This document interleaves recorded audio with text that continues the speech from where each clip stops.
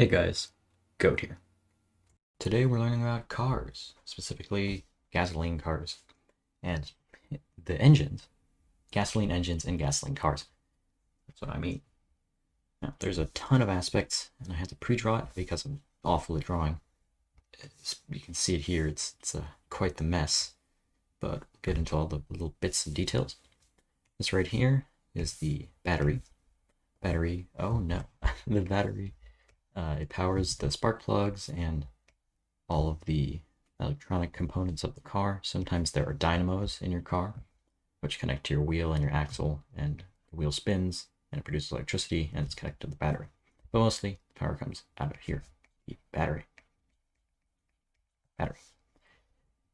Now, the fuel injection system, we're going to jump around a lot, but I'll explain everything in detail later.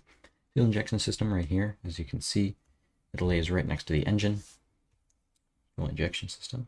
Fuel injection system sits right next to the engine. Actually, it sits outside and inside of the engine and is connected to the fuel pipe right here. Fuel injection system is connected to the fuel pipe. Here, the fuel pipe connects to the gas tank right here, which is normally it's in 3 segments. Sometimes it comes in full segments. This is to maximize the area it can be in, because your trunk, it fills up a lot of area with other components, but those are different and not part of the engine. Now this is also where you put in your fuel nozzle when you're fueling in your car. These are the fuel tanks. I'm going to be saying the word fuel a lot, so you better get ready for that. There's a fuel pump right here, which takes fuel from the tanks and transfers it over to the engine, or in the injection system. This is the fuel pump. And this little piece can sit on either side. It depends on what model of car you have and what brand of car, what breed of car. The fuel injection system, we're going to get back to this.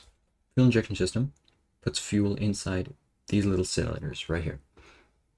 Now these cylinders have spark plugs on the bottom, depending on whether it's a spark engine or a compression engine.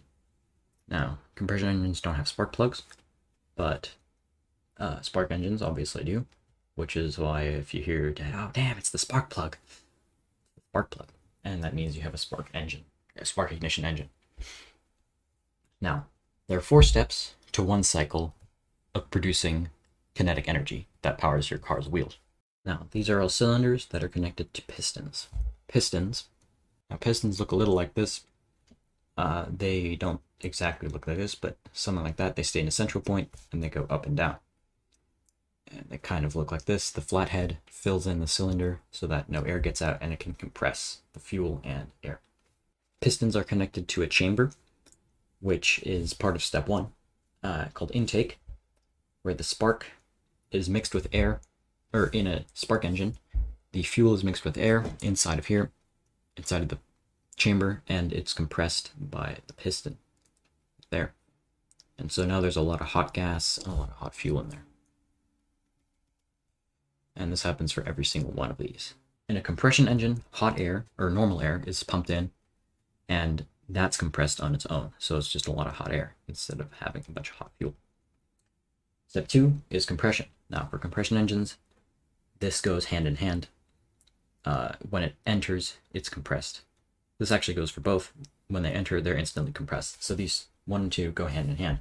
3 is combustion, where a spark plug in a spark engine ignites the fuel and it forces, well actually step 4, it forces this up. But it ignites the fuel, creates a lot of hot gas, it expands, and it pushes up the piston.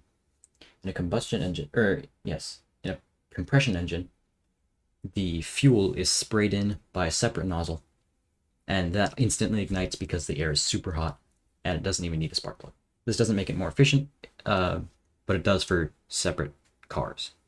You can't put a compression engine into a spark ignition engine car. They just run differently. And step 4 is the power stroke. Power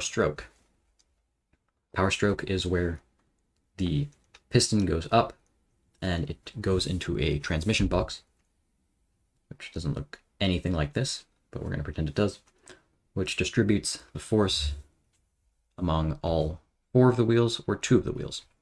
depending on if you have a 4-wheel drive car or a 2-wheel drive car. Transmission. There you go. So if your transmission fails, your car doesn't work. To sum up, you got your fuel tanks in the back, fuel pump that pumps the fuel through fuel pipe across the car to an injector that mixes air with fuel into a piston in a chamber, which is ignited, goes into a transmission box, powers your car. And that's a spark engine. Now, compression engine takes fuel tank, pumps it, injects air into the chamber, which is compressed, becomes super hot. Then it injects fuel into here, which instantly ignites and does the same thing. Transmission powers your car. And that's a basic crash course on how the engine of a car works. This is strictly for combustion engines. The transmission, the transferal of chemical energy, which is fuel, to kinetic energy, which is the transmission box going into your wheels, is strictly for gasoline cars. I might cover electric cars in a different video because those are a whole nother ballpark. A whole nother ballpark in like a whole nother country. Those are vastly different. But I hope you enjoyed this, and I will see you in the next one. Bye.